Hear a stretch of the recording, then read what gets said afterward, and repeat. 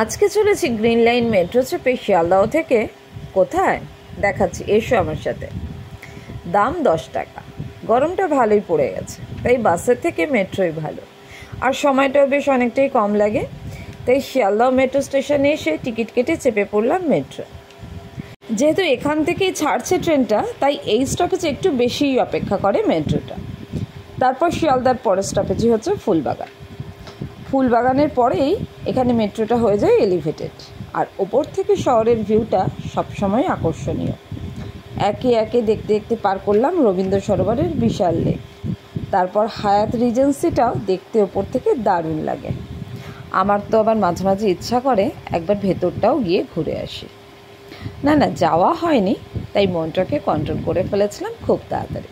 আর তারপরেই তাকালাম সল্টলেক স্টেডিয়ামে।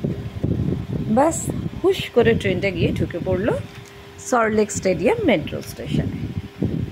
আজকের মতো এইটুকুই। বাই।